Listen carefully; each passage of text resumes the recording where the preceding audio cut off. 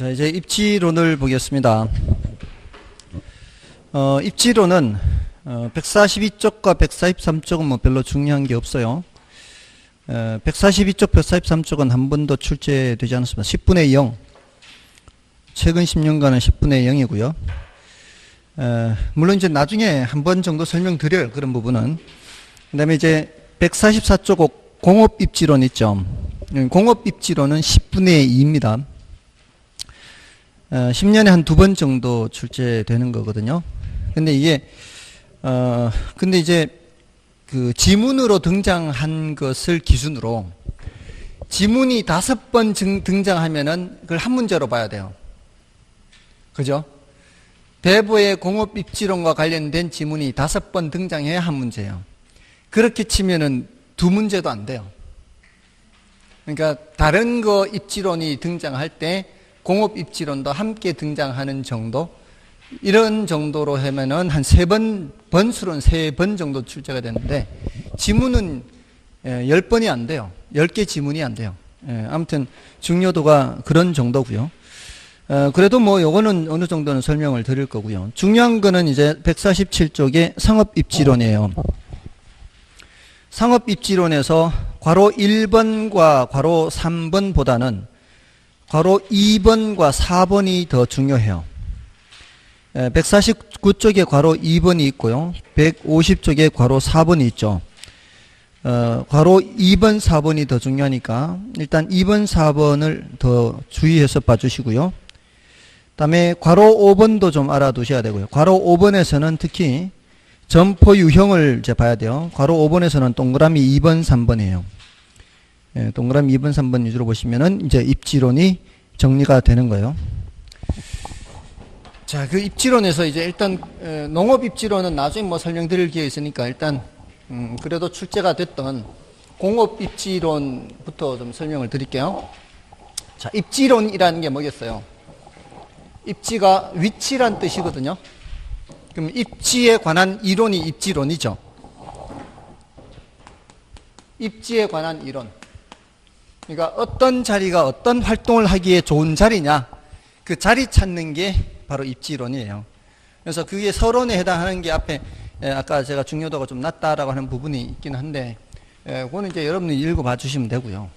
근데 이제 그 입지론 중에서 농업입지, 공업입지, 상업입지 이렇게 산업입지가 있지 않습니까? 그 중에서도 이제 공업입지와 상업입지 위주로 이제 말씀을 드린다고요. 공업입지는 뭐겠어요? 공업입지는 공장의 위치, 공장의 위치. 어떤 공장을 어디에 짓는 게 좋냐, 이거 따지는 게 이제 공업입지예요. 자, 여기서는 이제 베버라는 사람의 최소 비용 이론이라는 게 있어요. 최소 비용 이론. 여기서 이제 사람 이름은 별로 중요하지 않아요. 지금 여기서부터 이제 사람 이름이 많이 나오는데, 이 사람 이름은 중요도가 높지 않고 이론의 내용을 아는 게 중요하니까 이거는 굳이 외우려고 애쓰지 마시고 습관적으로 붙인다, 이렇게만 기억하세요. 그냥 습관적으로 붙인다. 자, 그러면 이제 이걸 보지 말고 베버의 최소 비용, 베버는 보지 말고 비용이 가장 적게 드는 곳에 공장 지어라, 이 소리예요. 공장을 지을 때 비용이 가장 적게 드는 곳에. 자, 그러면 이제 공장을 생각할 때는 우리는 이제 비용이 무슨 비용이겠어요? 제품을 만들고 판매를 할 때 발생하는 비용이에요. 제품 생산과 판매에 있어서 발생하는 비용인데 그 비용이 최소가 되게 하는 건데, 이 베버라는 사람이 강조한 비용은 수송비라는 거 하고요. 그 다음에 임금하고요. 그 다음에 집정력, 요 3가지예요. 이제 수송비는 다들 아시겠죠? 임금도 마찬가지. 이 집정력은 관련된 업종들이 한데 모여 입지하게 되면은 비용을 절감할 수 있는 그런 경우가 있어요. 예를 들어 자동차 산업 같은 거 보세요. 자동차는 부품이 뭐 몇천 개가 된다고 하잖아요. 그 몇천 개의 부품 회사들이 가능한 한 모여 있어야 좋겠죠. 모여 있으면 이제 부품 조달을 하기가 쉽고 하니까 그런 것들은 이제 한데 모여 있는 게 유리해서 집적 지향 입지 이런 말을 해요. 뭐 석유화학공업도 그렇고 그런 요소가 있다, 이 뜻입니다. 근데 이 사람이 제일 강조한 거는 사실 수송비예요. 수송비를 강조했는데 수송비에는 원료 수송비도 있고 뭐도 있어요. 제품 수송비도 있거든요. 제품을 만들기 위해서는 원료가 있어야 될 거 아니에요. 그 원료 수송비에다가 제품 수송비를 더해야 이제 총 수송비가 되겠죠. 이 수송비 합이 최소가 되도록 하는 것이 가장 좋은 위치, 1차적으로 이걸 보는 거죠. 자, 근데 어떤 경우에는 원료 수송비가 많이 발생해요. 어떤 경우에는 또 제품 수송비가 많이 발생하는 그런 업종이 또 있어요. 그러니까 원료 수송비가 많이 발생하는 업종인 경우에는 원료 수송비를 절감하기 위해서 공장의 위치를 어디 가까이 해야 돼요? 원료 산지 근처에 공장을 지어야 되겠죠. 근데 제품 수송비가 많이 발생하는 경우에는 시장 가까이다 공장을 지어야 되지 않을까요? 그래서 원료 지향 입지 이런 얘기 하고요.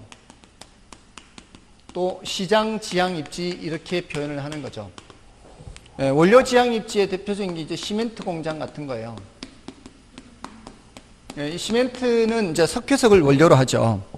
근데 석회석을 채석하는 과정에서 잡석도 포함될 수 있거든요. 그럼 그 잡석들은 그 자리에서 버려야 되겠죠. 그러려면은 공장을 어디 근처에 석회석이 많이 나는 그 근처에 공장을 지어야 돼요. 그러니까 우리나라 시멘트 공장이 대체적으로 충청도나 충청북도, 강원도 이런 데 많죠. 거기 이제 석회석이 많이 생산되기 때문이죠. 우리 남한이 지하자원이 별로 없는 편이죠. 근데 그나마 석회석은 몇천 년간 쓸 수 있을 겁니다. 그러니까 그나마 석회석, 시멘트는 오랫동안 이제 생산할 수 있을 거예요. 옛날에 비해서 그나마 좀 이렇게 시멘트 공장이 많이 줄었어요. 저는 이제 지역이 그쪽에서 이렇게 중앙선 따라 이렇게 많이 다녔기 때문에 태백, 영월 이런 쪽으로 어릴 때부터 많이 다녀서 그쪽에 시멘트 공장을 많이 쳐다보고 다녔거든요. 근데 지금 뭐 없어진 시멘트 공장도 있기는 한데 아직도 여전히 시멘트 공장이 이제 계속 이제 운영되고 있어요. 소백산 꼭대기에서 보면은 그 단양 쪽으로 널찍한 뭐가 이렇게 운동장 같은 게 이렇게 보이는 거예요. 이렇게 야, 꼭대기 소백산 꼭대기에서 보면 맑은 날씨에 보면은 그게 보여요. 널찍하게 굉장히 넓은 운동장 같이 보여요. 근데 그게 뭔가 했더니 나중에 그 옆으로 지나가게 됐는데 그게 원래 산이었거든요. 제가 어릴 때 지나다닐 때 보면은 그 기차역 앞에 이런 큰 산이 있었어요. 큰 산이 있었는데 이 산이 없어진 거예요. 큰 산이 없어진 거예요, 이게. 큰 산이 없어지고 이제 위에서 저 소백산 꼭대기에서 보면 이게 이렇게 없어져 버렸으니까. 근데 이 옆을 지나가게 됐어요. 지나가게 됐는데 여기 이제 이 위로 올라가잖아요. 이렇게 위에서 올라가서 보니까 어떤 모양인가 하면은 골뱅이 속 파먹듯이 이렇게 또 내려가 있어요. 그만큼 그 산 전체가 석회석인 거죠. 그만큼 거기가 석회석이 많아요. 그리고 뭐 강원도 이제 영월이나 강릉, 삼척 이런 데 이제 석회석이 많죠. 시멘트 공장이 대체로 거기 있어요. 공장이 이제 다 원료 산지 근처에 있는 거죠. 물론 이것뿐만은 아니죠. 뭐 시멘트 공장도 그렇고 뭐 철강도 그렇고요. 근데 우리나라는 남한에는 철광석이 없으니까 주로 이제 바닷가 있죠. 외국에서 수입해다가 쓰니까. 그다음에 이제 시장 지향 입지는 제품 수송비가 많이 발생하는 경우예요. 제품 수송비가 많이 발생하는 경우는 주로 물을 많이 사용해요. 물을 많이 사용합니다. 물은 어디서든 구할 수 있지 않나요? 물은 어디서든 구할 수 있기 때문에 그러니까 어떤 것이 있겠어요? 물을 많이 사용하는 거? 그런 거. 그러니까 청량음료, 맥주, 소주, 막걸리 이런 것들이 가능한 이제 시장 근처에 있는 거죠. 제가 막걸리를 좋아하는데 여기 세종시에서도 오랫동안 서울에서 제가 입맛이 이제 길들여져서 장수 막걸리를 먹거든요. 장수 막걸리 먹는데 처음부터 제가 장수 막걸리를 좋아했던 게 아니고 서울에서 다른 막걸리가 없으니까 할 수 없이 이제 먹은 거예요. 옛날에는 저는 옛날부터 막걸리를 좋아했어요. 정말 옛날부터. 그러니까 막걸리를 좋아했는데 막걸리를 파는 집이 많지 않잖아요. 옛날에는 주로 음식점에서 소주하고 맥주를 팔았지 막걸리는 안 팔았거든요. 그러니까 막걸리를 먹으려면 일부러 막걸리 파는 집을 찾아가야 돼요. 일본 막걸리 파는 집 찾아가면 그런 집은 또 좀 비싼 집이에요. 또 막걸리를 파는 집은 좀 더 비싸요. 그래서 이제 그렇게 찾아다니면서 먹었었는데, 이제 나중에는 제가 포기를 했죠. 할 수 없이 그냥 있는 막걸리, 장수 막걸리를 이제 먹는 거죠. 근데 그 먹다 보니까 이제 입맛이 들인 거죠, 거기에서. 근데 여기 내려와서도 이제 장수 막걸리 먹잖아요. 우리 아파트 단지에 주말에 이제 제가 막걸리를 이렇게 먹잖아요. 그러면 이제 주말 처음에 시작할 때는 장수 막걸리하고 세종 막걸리하고 이 차 있는 게 비슷해요. 근데 일요일 날 밤에 가면은 장수 막걸리 거의 없어요. 세종 막걸리는 아직 좀 남아 있어요. 그만큼 서울에서 온 사람이 많다는 얘기죠. 그거 아니면은 먹을 이유가 없어요. 당연히 이 근처 막걸리 먹죠. 100원 더 비싸거든요. 왜냐면은 저기 멀리서 내려와야 되잖아. 수송비가 더 들잖아. 그러니까 비용이 100원 더 비싸단 말이에요. 근데 뭐 100원 가지고 이렇게 입맛을 저거 하지는 않으니까. 아무튼 근데 그게 말이에요. 장수 막걸리가 서울에서도 1000만 시민을 대상으로 하잖아요. 그러니까 장수 막걸리가 영등포 제조장이 있고 도봉 제조장이 있고 태릉 제조장이 있고 제조장이 여러 군데요.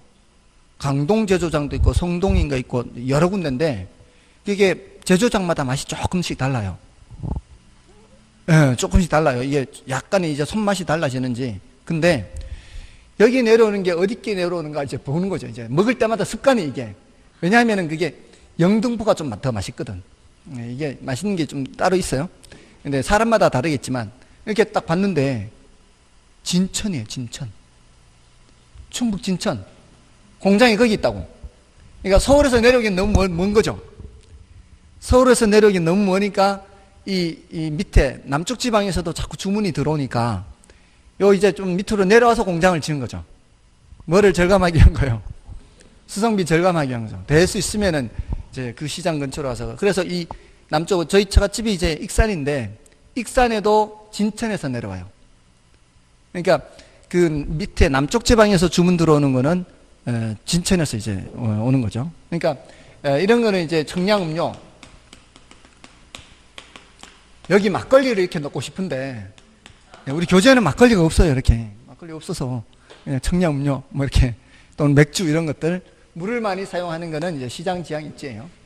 근데 원료 수송비나 제품 수송비나 별 차이가 없으면 어떻게? 그럼 아무데나 하면 되겠죠.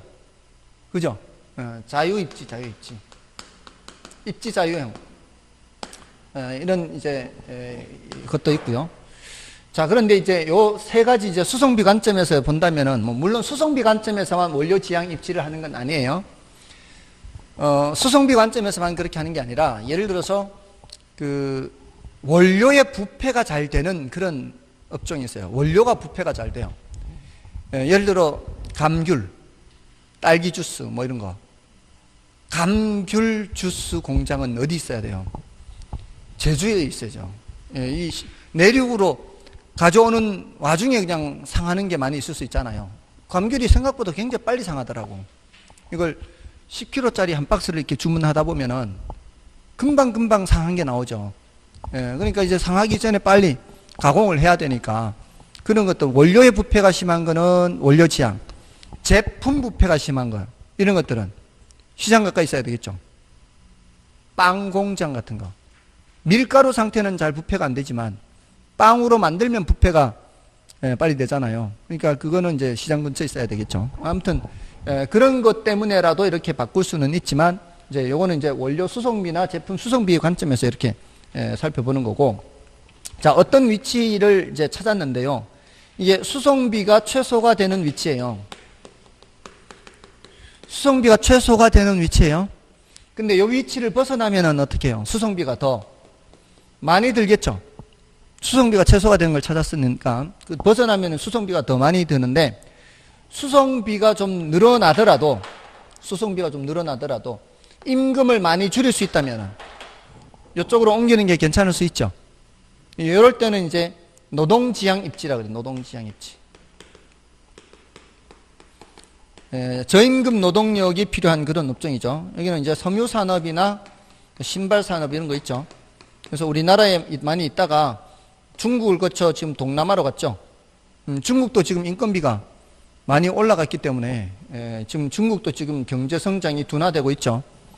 이게 인건비하고 아주 밀접한 관련이 있어요. 인건비가 올라가 버리면 그만큼 이 생산 비용이 올라가죠. 생산 비용이 올라가면 이제 성장하는데 드디어 점점 이제 한계에 다다르는 거죠. 우리도 예전에 과거에 그랬잖아요. 과거에 빠른 속도로 올라갈 때는 임금이 낮은 상태였거든요. 이제 어느 정도 임금이 올라가다 보니까 이제 성장이 점점 둔화가 되기 시작하는 거죠. 그래서 이런 노동지향 입지이고요. 아까 요거 집적력이 강조되는 그런 업종은 집적지향 입지 이렇게 얘기하죠. 자, 이런 내용들이 있고요. 자, 요거는 이제 일단은 우리 교재에서 교재 보실 때 공업 입지론 해서 그 144쪽을 보시면 144쪽에 배버에 의해서요. 배버의 최소 비용 이론은 공업 입지로서 최적 입지는 다른 조건이 동일하다면 비용이 최소가 되는 지점이라는 이론이다. 배버가 고려한 3대 비용 인자는 수송비, 노동비, 직접 경제를 말하는데 그 중에서 수송비 인자를 가장 중요한 인자로 보았지요. 니은은 뭐 여러분이 봐주시고요. 다음에 그 이제 최소 수송비 원리에서는 밑에 그 보편 원료와 편제 원료라는 항목을 보세요. 타이틀을. 보편 원료는 어디서든 생산되는 그런 원료를 말해요. 어디서든 구할 수 있는 거. 물을 대표적으로 생각하시면 돼요. 물. 편제 원료는 특정 장소에서만 구할 수 있는 원료를 편제 원료라 그래요. 그러니까 보편 원료를 많이 사용한다. 그럼 물을 많이 사용한다 그러면 돼요. 그러면 어디 근처에 공장을 지어야 돼요? 물을 많이 사용하면은 시장 근처에 공장 지어야 되겠죠. 어디서든 구할 수가 있으니까. 근데 편제 원료를 많이 사용하면은 이거는 원료 지향 입지를 해야 되겠죠.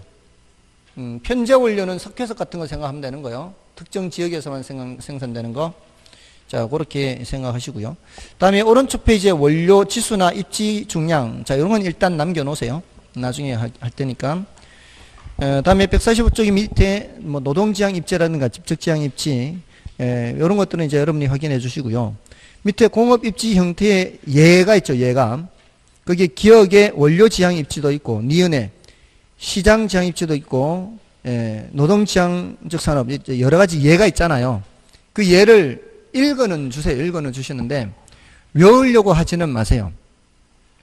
제가 뭐 걱정 안 해도 되죠. 외우려고 할 리는 없을 거고, 읽어는 주시라고요. 왜냐하면 굳이 외울 것까지는 없는데, 한 번쯤은 읽어는 보시라는 얘기죠. 지금까지 한 번도 구체적인 예를 이렇게 가지고 이렇게 질문한 적은 없어요. 10년간은 그러니까 그런 정도인데 뭐 읽어는 봐둘 정도는 된다는 거죠. 자, 그런 정도고요. 다음에 그 147쪽에 맨 위에 보면 중간 지점 지향 산업이라든가 레슈의 최대 수요 이론, 요거는 지금 말씀을 드리지 않고 넘어가 있습니다. 이것도 뭐 한 번도 나온 적은 없어요. 나온 적은 없어서 나중에 한꺼번에 설명드리겠습니다. 다음에 이제 상업입지론으로 넘어가시면 돼요. 자, 상업입지론은 일단 크리스탈러의 중심지 이론이 있죠. 여기 상업입지에서 이제 중요도가 높은 거는 이제 괄호 1번, 2번, 3번, 4번 중에서 2번, 4번이 더 중요하다 그랬죠, 아까. 2번, 4번이 더 중요하고요. 그 다음에 이게 더 중요하고, 그 다음에 나머지 1, 3, 5는 뭐 비슷한 정도나 얘가 조금 좀 더 중요한 정도. 그래서 1번은 크리스탈러의 중심지 이론이고요. 3번은 컨버스의 분기점 모형이고요. 5번은 이제 점퍼 유형이죠. 요거는 이제 레일리 이론이고, 요거는 허프 이론이고요. 이렇게. 자, 먼저 이제 크리스탈러 중심지 이론이에요. 그냥 중심지 이론 이렇게 할게요. 중심지 이론. 사람 이름 중요한 게 아니라고요. 근데 습관적으로 붙인다 이렇게 생각하시면 돼요. 이 사람 이름을 다른 사람을 집어넣어서 틀리게 하는 문제 하나도 없어요. 그러니까 사람 이름 가지고 스트레스 받지 마시라고요. 근데 그렇게 얘기를 하는데도 자꾸 사람 이름 때문에 스트레스 받는데, 사람 이름 외우지 마시라고요. 그냥 중심지 이론 이렇게. 자, 이 중심지 이론은 이제 몇 개 이제 용어들이에요, 용어들. 예를 들어 중심지라는 단어, 최소 요구치라는 단어, 그 다음에 재화의 도달 범위라는 단어, 그다음에 중심의 계층성, 뭐 이런 단어, 그리고 중심지 상권의 형태,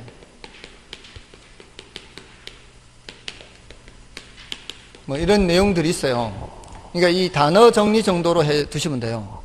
그러니까 중심지는 그 주변에 상권에다가 재화나 용역을 제공하는 그 장소를 중심지라고 하죠. 예를 들은다면, 제가 어릴 때 이제 자랐던 그 상권을 생각한다면, 면 단위 소재지의 상권, 또는 이제 군청 소재지 단위의 상권, 또는 도청 소재지 정도의 상권, 이런 게 하나의 중심지라고 보시면 되고요. 점포로 치자면은 편의점 같은 작은 중심지, 동네 큰 슈퍼, 또는 대형 할인 매장의 상권. 대형 할인 매장의 상권은 좀 더 넓죠. 동네 큰 슈퍼는 조금 좁아지고 편의점 상권이 더 좁잖아요. 뭐 그런 것을 생각해 볼 수도 있어요. 여러분들은 어릴 때 어떤 곳에서 자랐는지 모르겠지만, 저는 이제 본 적은 이제 면 단위 지역이고, 이제 자라기는 이제 읍 단위 군청 소재지에서 다녔는데, 제가 어릴 때 이 내용을 중학교 때인가 고등학교 때 사회 시간에 공부를 했던 것 같아요. 왜 그런가 하면 제가 그런 기억이 나거든요. 옛날만 해도 이제 5일장이 많이 있었어요. 그러니까 면 단위로 돌아다니면서 5일장이 있었어요. 이제 1일 날 서는 곳이 있고 2일 날 서는 곳이 있고 이렇게 돌아다니면서. 근데 그 당시에 면 단위만 해도요, 5일장이 꽤 그래도 이제 장사가 되기는 했었는 것 같아요. 5일장 되면 북적북적 거렸거든요. 근데 그 면 단위 5일장에서 구매할 수 있는 물품과 군청 소재지, 제가 자랐던 거기에서 5일장에서 살 수 있는 물품의 종류가, 가짓수가 다르죠. 아무래도 군청 소재지, 읍 단위에서 형성되는 그런 5일장의 규모가 훨씬 더 크죠. 그리고 제가 어릴 때 시내 분미 자동차는 다녔단 말이에요. 근데 자동차 파는 곳은 없었어요. 그런 자동차 사려면 어디까지 가야 돼요? 이제 뭐 대도시 대구라든가 도청 소재지라든가 이런 곳을 가야 되는 거죠. 그러니까 그게 그 중심지 규모가 커지면 커질수록 취급하는 품목이 좀 더 다양해지죠. 그러니까 이 중심지가 밑으로 내려갈수록 없는 품목이 많아지는 거죠. 그게 이제 중심지의 이제 계층성을 말하는 건데, 아무튼 그 주변 배후지에 그 재화나 용역을 제공하는 곳이 중심지가 되는 거죠. 근데 최소 요구치라는 거는 그 중심지가 계속 그 기능을 유지하기 위해서는 최소한 어느 정도의 매상은 올라야 되잖아요. 예를 들어 뭐 편의점이라든가 또는 동네 큰 슈퍼라든가 이런 이제 점포들이 어느 정도의 매상은 올라줘야 그걸 문을 안 닫는 거죠.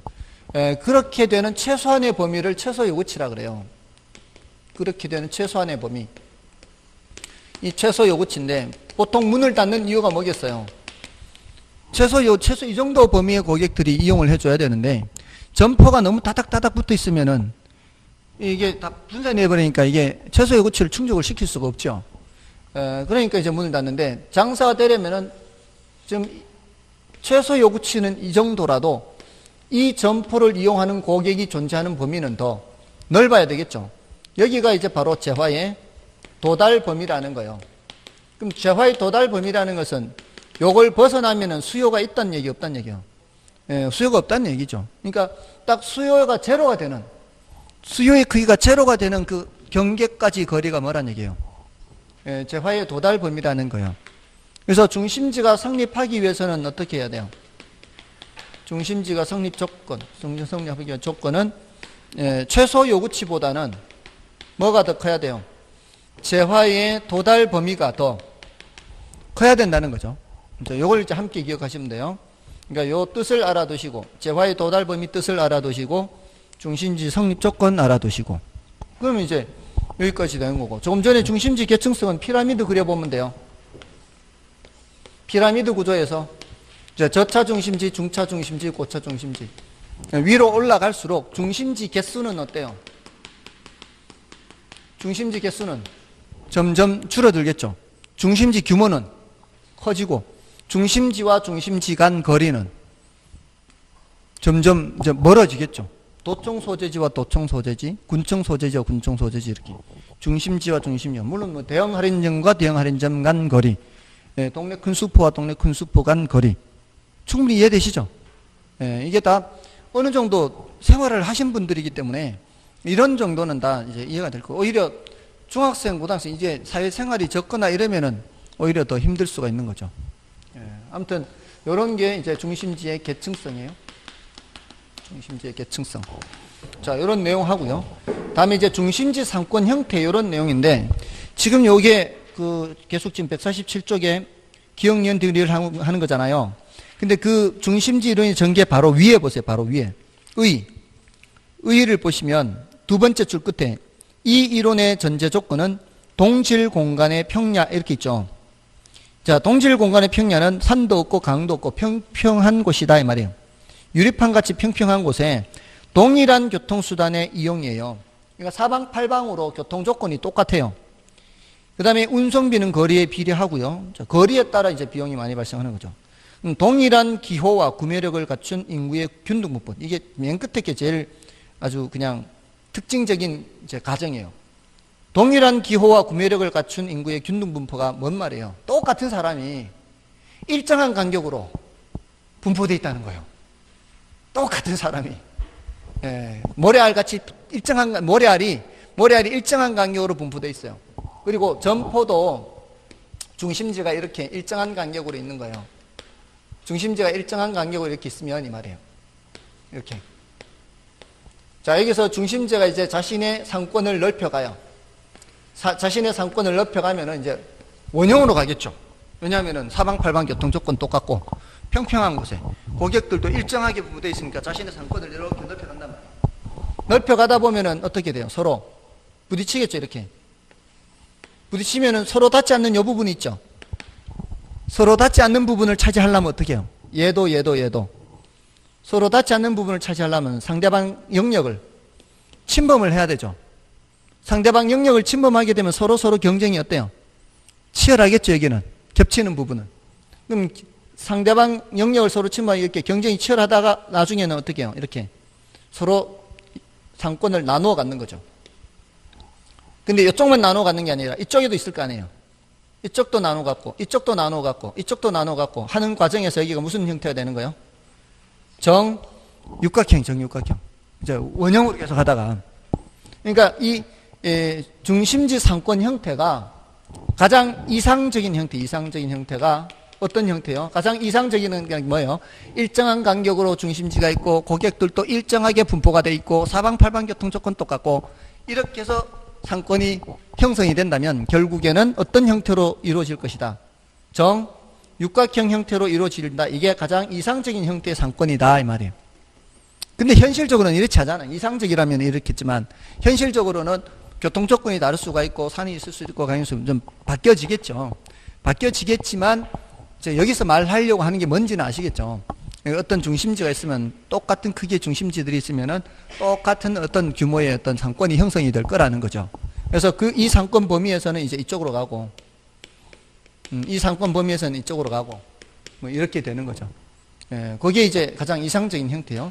근데 요거는 다수 중심지의 경우에요. 다수 중심지. 중심지가 다수일 때는 서로 커져가다가 이렇게 되는 거지만 중심지가 단일 중심지일 때는 어떻게 되겠어요? 한 개밖에 없을 때에는 경쟁하는 점포가 있어요, 없어요? 경쟁하는 점포가 없으면 계속해서 뭐예요? 계속해서 무슨 형태? 원형. 계속해서 원형이에요. 단일 중심지일 때는 무슨 형태지만 원형이지만 다수 중심지일 때는 정육각형이 된다는 것이 중심지 상권 형태예요. 자, 이게 이제 미음에 있는 거죠. 148쪽에 넘어가시면 있는 게 미음, 중심지 상권 형태. 그다음에 동그라미 3번의 중심지 이론의 내용은 그 미음 빼고는 여러분들이 읽어보시면 돼요. 미음은 나중에 보시고요. 이게 아까 그게 그 계층성을 말하는 거예요. 동그라미 3번은 중심지 계층성을 써 놓으시면 돼요. 중심지 계층성. 자, 그런 정도면 되고. 그 다음에 이제 149쪽에 레일리의 소미인력 법칙 있죠. 자, 이게 더 중요하다고요. 이게 더 중요합니다.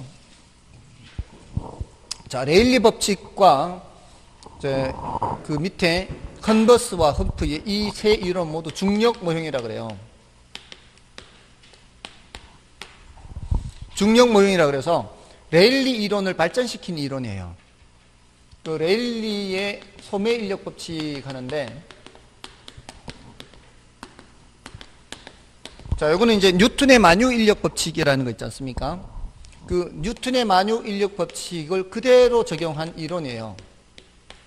뉴턴의 만유 인력 법칙은 이제 당기는 힘, 세상 만물은 당기는 힘이 있죠. 그게 거리의 제곱에는 반비례하고 크기 또는 인구에는 비례한다 이렇게 하거든요. 자, 이게 당기는 힘이 거리가 멀수록 약해진다는 뜻이에요. 거리가 멀면 이게 숫자가 커지잖아요. 숫자가 분모가 커지면 어떻게? 당기는 힘이 작아지는 거죠. 지금 생각하고 있는 거죠. 갑자기 지금 뭔 의심이 들었는가 하면은 여기 눈만 쳐다보고 있고 속으로는 딴 생각하는 듯한 그런 의심이 들었어요. 솔직하게. 뭔 생각했어요? 아무 생각 안 했어요. 그게 바로 명상하기에는 딱 좋은 건데, 명상하는 거는 아무 생각이 없어야 되거든. 근데 일부러 아무 생각 없게 하려면 안 돼요. 꼭 딴 생각이 나. 앞으로 수업 들을 때 명상을 하면 되겠어요. 이 명상하는 게 쉽지 않아요. 명상한다고 조용한데 이렇게 있으면은 딴 생각이 자꾸 들죠. 아무튼 거리의 제곱의 반비라고 크기에 비례한다. 이게 이런 거죠. 이게 사실 뉴턴의 만유인력법칙은 물리법칙이잖아요. 물리법칙인데 우리 사는 현실에 적용하는데도 적용된다는 게 참 놀라울 뿐이에요. 저는 굉장히 사실 놀랍다고 생각해요. 왜냐하면 이게 거리가 2배로 멀어지면 어떻게 해요? 거리가 2배로 멀어지면은 당기는 힘은 2의 제곱을 하면은 4가 되잖아요. 당기는 힘은 4분의 1이 돼요. 거리가 2배로 멀어지면은 당기는 힘이 반의 반이 된다는 얘기거든요. 근데 크기가 2배로 늘어나면은 그냥 당기는 힘이 2배예요. 그냥 크기가 2배로 늘어나면. 자, 이걸 상권에 적용하면은, 자, 저기 점포가 있는데 점포가 확장해서 이전한대요. 확장이 2배로 확장한다는 것만 생각하면은 몇 배로 당기는 거예요? 2배로 당기는 거잖아요. 근데 거리가 2배로 멀어지면 당기는 힘이 4분의 1로 줄어드는데 크기는 2배로 늘어나니까 결국은 2분의 1이 되는 거예요. 2분의 1. 2배로 됐는데 4분의 1이 되니까 반의 반이 돼버리면 2분의 1이 되거든요. 그 소리는 거리가 2배로 멀어지면서 크기도 2배가 될 때 사람들이 예전만큼 찾아간다, 안 찾아간다? 안 찾아간다는 얘기예요. 그거는 거리가 중요하다는 것이에요? 크기가 중요하다는 것이에요? 거리가 중요하다는 거죠. 그걸 상권에 적용했을 때 그럴듯하다는 거예요. 그러지 않나요? 사람들이 조금 더 거리가 멀어지면 귀찮아서라도 그를 안 갈 가능성이 많다는 거예요. 그러니까 그게 굉장히 그럴듯하다는 거죠. 저도 처음에 이 강의 처음 시작할 때는 이게 그냥 뭐 이런 거 이제 뉴턴의 만유인력법칙 적용했다라고만 했지, 그게 자연법칙에 있는 거를 인간이 사는 현상에 적용해도 굉장히 그럴듯하다는 거죠. 그리고 그런 것들을 보면은 어떻게 보면은 인간이 사는 인문적인 현상조차도 자연법칙과 굉장히 밀접한 관련이 있는 건 아닌가 이런 의심이 들기도 하고요. 또 심지어는 이런 전자파 있잖아요. 우리 전기 제품 사용하는 전자파도 바로 이와 똑같대요. 전자파도. 그래서 전자레인지를 틀어놓고 1m 바깥에 있을 때보다 2m로 하면은 2배로 멀어지잖아요. 그건 전자파의 영향을 반의 반으로 영향을 받는 거예요. 전자파 영향을 훨씬 적게 받는 거죠. 그러니까 전자레인지 틀어놓고는 될 수 있으면 조금이라도 떨어져 있는 것이 전자파의 영향을 덜 받는 거죠. 전자파는 발암물질입니다. 전자파는 발암물질이에요. 유럽에서는 발암물질로 공식적으로 인정하고 있어요. 그게 이제 우리나라에서도 지금 공식적으로는 인정 안 하고 있지만 현실적으로는 그 고압 전선 지나는 반경 500m 범위에 사는 사람들이 암 발병률이 높아요. 암 발병률이. 그거는 뭔가 좀 안 좋다는 거죠. 이 세포에 뭔가 안 좋은 영향을 미친다는 거예요. 아무튼 그런 게 다 이제 뉴턴의 만유인력 법칙에서 나온 거예요. 됐나요? 그래서 일단 이 공식을 이제 설명을 할 때 이제 지문을 만들 때 이렇게 지문을 만들어요. 레일리의 소모의 법칙에 따라 상거래 흡인력은 거리의 제곱에 비례하고 크기에 반비례한다. 이러면 틀리는 거예요. 거리의 제곱에는 어떻게 해야 돼요? 거리의 제곱에는 반비례하고 크기에는 비례한다. 이렇게 해야 옳은 말이 되죠.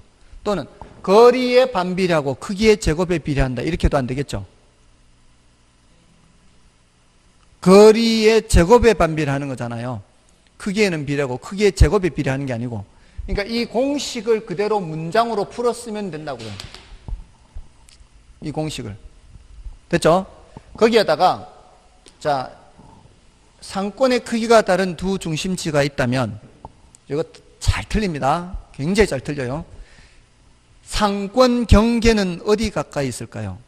A 가까이에 B 가까이에? B 가까이에. 이렇게 대답할 가능성이 아주 많다 이 말이에요. 누가 상권의 범위가 더 넓을까요? B가 더 넓겠죠. 그렇게 생각해야 되는데 당기는 힘이 크다.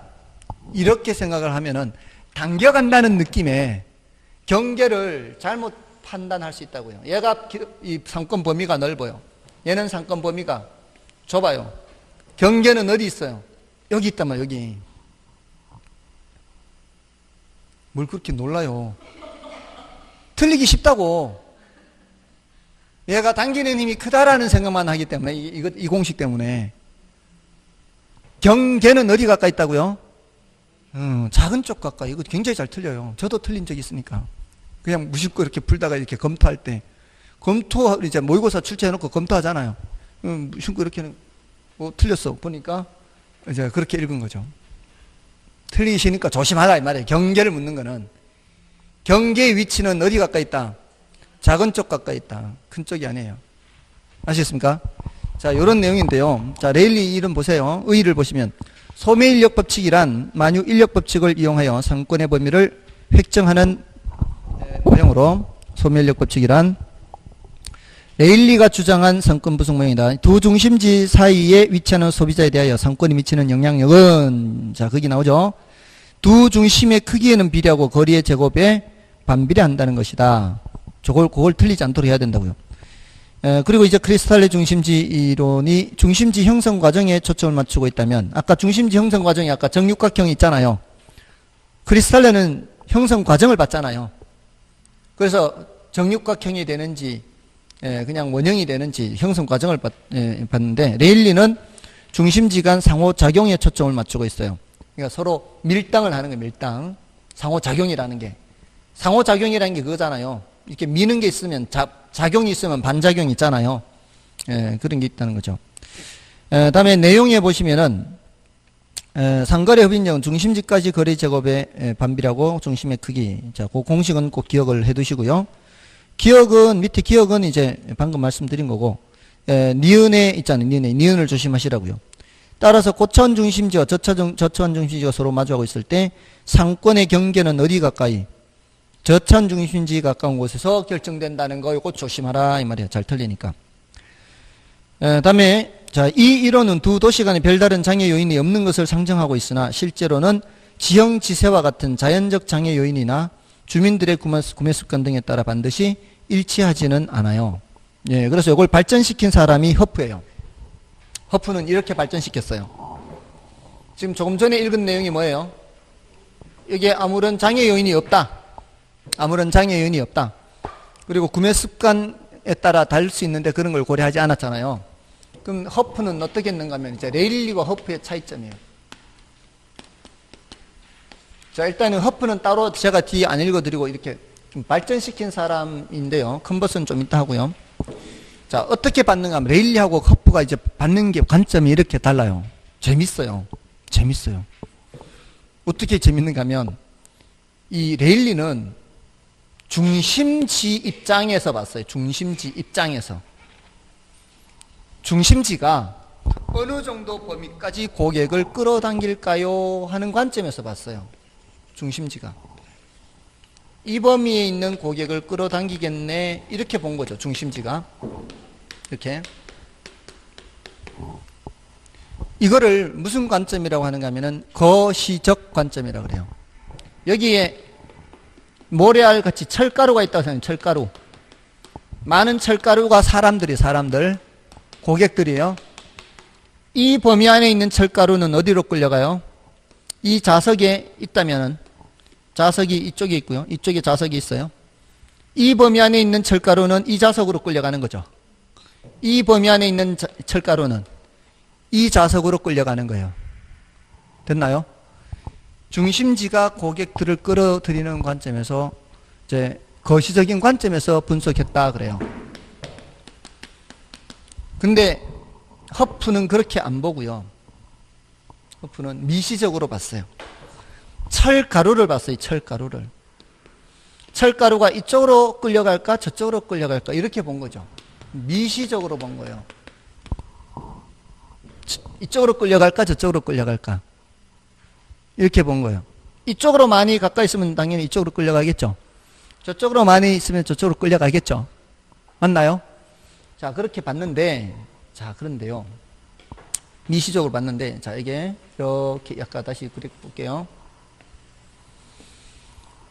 자, 허프는 얘가 이쪽으로 갈 거다. 근데 이쪽으로만 100% 가는 거 아니다. 이렇게 봤어요. 레일리는 철가루가 여기 있으면 이 철가루는 이쪽으로 끌려와요? 안 끌려와요? 절대 안 끌려와요. 이쪽으로밖에 안 가요. 그러니까 이 상권 범위에 있는 철가루는 절대로 이쪽으로 안 나오고 이쪽으로 100% 가는 거예요. 이렇게 보는 거를 결정론적 관점이라고 해요. 결정. 이미 결정돼 있어요. 얘는. 이 상권 안에 있으면 이쪽으로만 오는 거예요. 저쪽으로 안 가요. 자, 그러면 자, 이거를 계산을 해보면은요. 경계 지점을 한번 해보면 경계 지점. 경계 지점에서는 이쪽에서 당기는 힘과 이쪽에서 당기는 힘이 어떻겠어요? 똑같겠죠. 경계 지점에서는. 그럼 경계 지점 요쪽에 있으면은 요쪽에서 당기는 힘이 더 크고 요쪽에서 당기는 힘이 더 작잖아요. 그러니까 이쪽으로 가는 거 아니에요. 이쪽에서 당기는 힘이 52라고 쳐보세요. 저쪽에서 당기는 힘이 48이에요. 얘는. 그러니까 이쪽에 당기는 힘이 크니까 이쪽으로 끌려가는 거잖아요. 레일리 입장에서는. 그것도 100%. 근데 허프는 그렇게 안 보고요. 이 사람이 반드시 100% 이쪽으로 오는 건 아니다. 이 사람이 100번을 구매하러 나가면 이쪽으로는 52번, 이쪽으로는 48번 갈 거다. 이렇게 본 거죠. 비록 경계 이쪽에 있어도 저쪽으로도 좀 갈 거다 이 말이에요. 자, 여러분 같으면 어떤 말이 더 그럴듯해 보여요? 두 번째가 더 그럴듯해 보이지 않나요?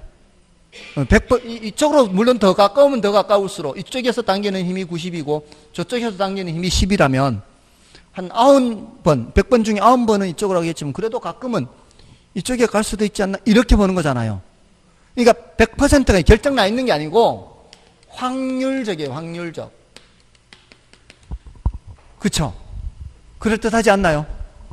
예, 저는 이 사람 참 대단한 사람 같아요. 이 사람도 대단한 사람이지만 발전시킨 그럴듯하게.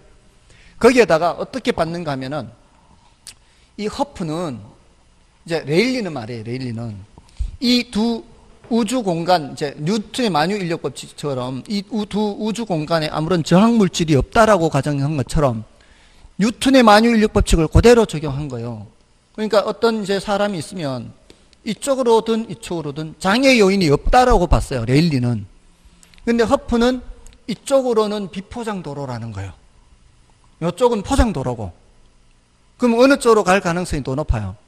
이쪽이 더 갈 가능성이 높죠. 여기는 뭐가 있어요? 장애 요인이 있는 거예요. 장애 요인이. 그럼 이쪽으로 덜 갈, 거리는 가까워도 그냥 거리를 따져서는 안 된다는 거예요. 그러니까 이 사람은 요걸 시간거리 이런 식으로 시간거리 발전을 시켜서 시간거리 이렇게 또는 마찰계수라고 해서 마찰 이런 표현을 썼단 말이에요. 근데 이 사람은 물리적 거리죠. 물리적 거리. 장애 요인을 고려했어요? 안 했어요? 장애 요인을 고려 안 했어요. 그러니까 장애 요인을 고려 안 했어요. 장애 요인 없어요. 여기는 장애 요인이 있다고 본 거예요. 그래서 허프는 이 숫자가 바뀌어요. 이 숫자가 마찰 계수예요. 허프한테 가면은 요 2가 이쪽으로 갈 때는 3이 될 수도 있어요. 이쪽으로는 2로 해도 2를 적용해도 이쪽으로는 3을 적용하는 거죠. 그럴듯하지 않나요? 하는 말마다 옳은 말밖에 안 하죠. 굉장히 발전시킨 거예요. 이 레일리에서 허프로 오면서. 그러니까 정말 대단한 사람인 거죠.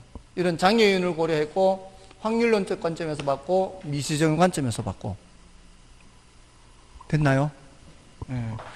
뭐 저는 굉장한 것 같은데 여러분들은 뭐 그렇게까지 굉장한 것 같지는 않은가 봐요. 그 다음에 이제 컨버스. 자, 일단 요 정도만 소개만 할게요. 자, 다음에 이제 컨버스는 뭔가 하면은 요 경계 있죠, 경계. 레일리 이론에서 아무런 장애인이 없다고 치고요. 경계가 되는 위치를 구하는 공식을 만든 사람이에요. 경계를 구하는 위치. 자, 그러니까 그 공식이 있잖아요.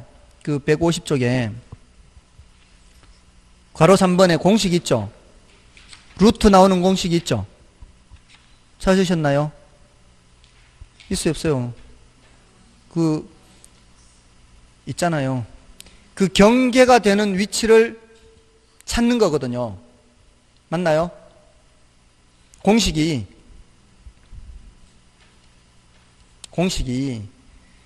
그 1 플러스 루트 해가지고 나오잖아요. 그게 컨버스는 두 경쟁지역 사이 분기점을 확인할 수 있도록 레일리의 중력 모델을 수정하여 계산이 쉽도록 아래와 같이 수식화했어요. 그러니까 이 경계가 되는 위치가 어디냐 이걸 이제 찾는 거거든요. 근데 그 공식은 이제 몰라도 돼요, 사실은. 예를 들어 여기가 1000제곱미터고 여기가 9000제곱미터예요. 1000과 9000. 자, 그럼 이제 여기가 8km예요. 전체 거리가. 그러면은 이 상권 경계는 어디 근처에 있을 거예요? 이쪽 근처예요? 이쪽 근처예요? 상권 경계. A쪽 가까이 있을 거 아니에요. 그러면 한가운데가 4km 아니에요. 4km보다는 더 이쪽으로 가야 될 거 아니에요. 그러니까 정답을 찾아도 A로부터 1km, 2km, 3km 이런 것에서 정답을 찾아야지 바보같이 A로부터 4km, 5km 이런 거는 예선 탈락이다 이 말이에요. 아시겠어요? 일단은 찍더라도 근데 정확한 위치를 계산해야 될 거 아니에요. 그 정확한 위치를 계산할 때 그 공식에다 숫자를 집어넣으면 된다고. A 도시 인구에 1000 집어넣고 B 도시 인구에 9000 집어넣고 A와 B 두 도시까지 전체 거리 8km 집어넣으면 되는데 그러려면 공식을 외워야 될 거 아니에요. 예? 지금 말씀을 드리는 거는 공식을 외우지 않고 푸는 거를 알려드릴 거예요. 잘 들어두시고 까먹지 마시라고. 자, 공식을 모르고 푸는 방법이에요. 자, 요 경계 지점에서는 당기는 힘이 같을 거 아니에요. 경계라고 하는 게 있다면 그 경계 지점에서는 이쪽이 당기는 힘이나 저쪽이 당기는 힘이나 같을 거 아니에요. 전체 거리는 알지만 각각의 거리를 지금 우리가 구해야 되는 거 아니에요. 자, 모르니까 일단 A와 B로 쓰고 이거 지금은 강의를 하기 때문에 배우기 때문에 A와 B를 써요. 나중 되면 이거 A, B 안 써도 금방 찾아요. 그러면 A가 당기는 힘을 이 공식으로 써보세요. A가 당기는 힘은 A까지 거리 하니까 A 제곱분의 A의 크기는 1000이에요. B가 당기는 힘은 B의 제곱분의 9000이죠. 이렇게 한 힘이 어때야 된다고요? 같아야 된다고요. 요거와 요거 같아야 돼요. 자, 이럴 때는 비례잖아요. 비례. 분수식으로 있을 때는. 분자가 몇 대 몇이에요? 1대 9죠? 맞나요? 지금 그게 뭘 본 거예요? 그러니까 나중에 A, B 안 써도 될 때는 이 크기가 몇 대 몇인지를 빨리 찾는 거예요. 이걸 문제에서 줄 거 아니에요. 경계를 물을 때는. 그럼 1대 9면 분모도 몇 대 몇이라 돼요? 분모도 1대 9라 돼요. A제곱 대 B제곱이 1대 9예요. 우리는 제곱하기 전에 값이 궁금한 거예요. 제곱해서 1이고 제곱해서 9가 되면은 제곱하기 전에는 1대 3인 거죠. 1대 3. 우리가 필요한 거는 1대 9가 아니라 뭐라고요? 1대 3이라고요. 그럼 전체를 몇 등분 하라는 얘기예요? 4등분 하라는 얘기 아니에요. 4등분해서 한 칸은 왼쪽, 세 칸은 오른쪽에 두면 돼요. 8을 4등분 하면은 한 칸이 얼마예요? 2죠. 그럼 왼쪽이 2, 오른쪽은 6. A로부터 2km 지점이에요. 됐나요? 그렇게 하면 된다고요. 일단 몇 대 몇을 빨리 찾는다고? 1대 9 찾았죠? 그 다음은 금방 나오죠? 제곱해서 1이 되는 거 1, 제곱해서 9가 되는 거 3, 1대 3. 그럼 여기가 이런 식으로 출제가 되면은, 이게 4천 하면은 4대 9잖아요. 4대 9면은 제곱해서 4, 제곱해서 9니까 2대 3, 전체 몇 등분? 5등분. 8km 5등분 하면 한 칸이 1.6이에요. 1.6에서 두 칸은 왼쪽 3.2, 세 칸은 오른쪽 4.8. 그럼 된다고. 뭔지 아시겠죠? 그러니까 우리 수준에서는 여기에 나오는 숫자가 4대 9, 1대 4, 1대 9 이런 제곱수밖에 나올 수가 없어요. 뭔지 아시겠어요? 제곱수가 아닌 수가 나오면 정답에 루트가 나와야 돼요. 우리 시험에 루트가 나오는 이런 계산 문제는 수학 문제가 아니니까 우리는. 뭔지 아시겠어요? 항상 제곱수가 나올 거니까 걱정하지 않아도 될 거다 이 말이에요. 공식 아니어도 몇 대 몇만 찾으면 된다 이 말이에요. 됐나요? 요게 이제 컨버스 이론이에요. 그래서 지금 레일리어 허프는 저 아까 비교한 거 정도로 해두시고, 이게 더 중요하고, 크리스탈리 아까 중심지 이론 용어들, 컨버스 이론 방금 그냥 공식이에요. 공식, 경계를 구하는 공식인데 몇 대 몇을 찾아서 계산하고, 그 다음에 점포 유형이죠. 자, 이것만 하고 좀 쉬겠습니다. 점포 유형은 이제 마지막에 152쪽이죠. 자, 그 동그라미 2번과 3번인데요. 공간 균배 원리에 따른 입지 유형별 점포 있죠. 그 기역, 니은, 디귿, 리을 순서대로 집집, 국산 이렇게 기억하시고요. 앞 글자 따면은 집집, 국산,